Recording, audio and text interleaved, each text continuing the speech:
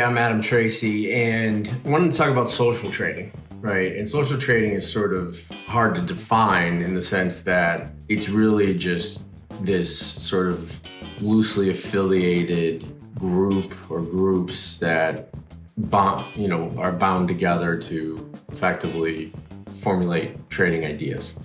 But the reality is, like, when you look at Twitter and to a larger extent YouTube and the like, it's really one person leading the show, right? And it takes, in some regards, takes the form of trade signals in a way when you have like a promoter of these groups, right? But, as I talked about in my last video, trade signals is in the crypto sphere doesn't require any sort of registration or regulation, right? Like, it's just sort of on its own. And securities aside, which I'll talk about.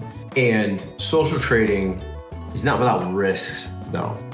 And you'll see this because Bitcoin, Ethereum, etc., again, are regulated as commodities. And under the Commodity Exchange Act, much like the Securities Exchange Act, there is such things as manipulation, right? Like, which is a crime or at least a civil enforcement action. And social trading can lead to that, right? So when you are, and this is a weird intersection of like token promotion and commodities law, right? Because you see, there's the cryptoverse is so flooded with tokens, and you've got, agencies and dedicated to sort of promoting and trying to find adopters and purchasers and creating volume on exchanges and all these things. And they may have good intent, but when that intent or that message or that marketing sort of goes from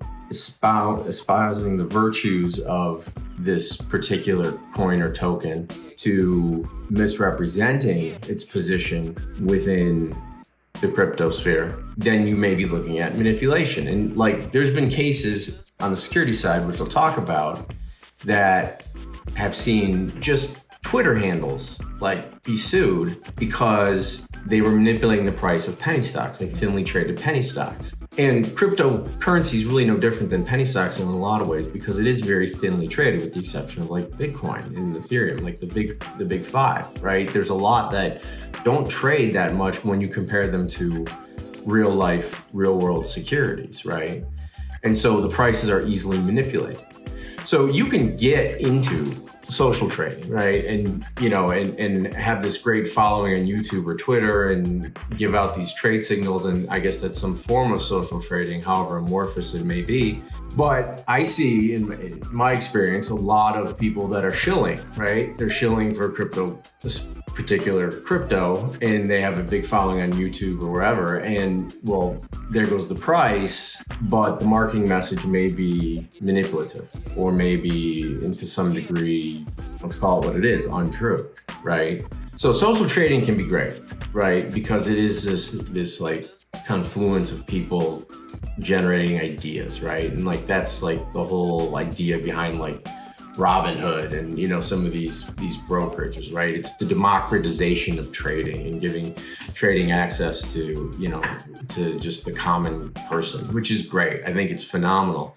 But I think in the crypto space, commodities manipulation is a very real thing. And typically what you see is like, not only do you see the messaging being tantamount to manipulation, but you see like the follow-on actions such as wash trading, pump and dumps, rug pulls, what have you, like following that, right? And that completes sort of like the full manipulation circle, if you will. So, again, social trading, it's a great thing, but it's not without risk, right? Like, you have to be very crafty in your message.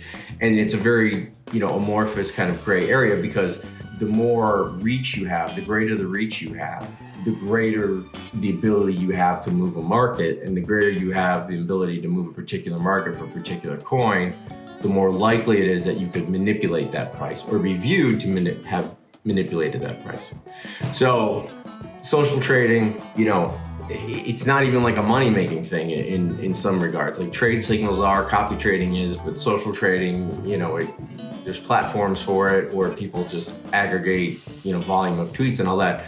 But you can be this influencer, I guess is what I'm suggesting, in the crypto sphere and in crypto trading, but it's not without risk, right? It's not without risk. And unwittingly, you can violate the Commodities Exchange Act because you're dealing with commodities, albeit not commodity interests, and potentially run afoul or be viewed to have run afoul of the anti-manipulation rules. So if you have questions, definitely hit me up, Adam at AdamTracy, TRACY.io.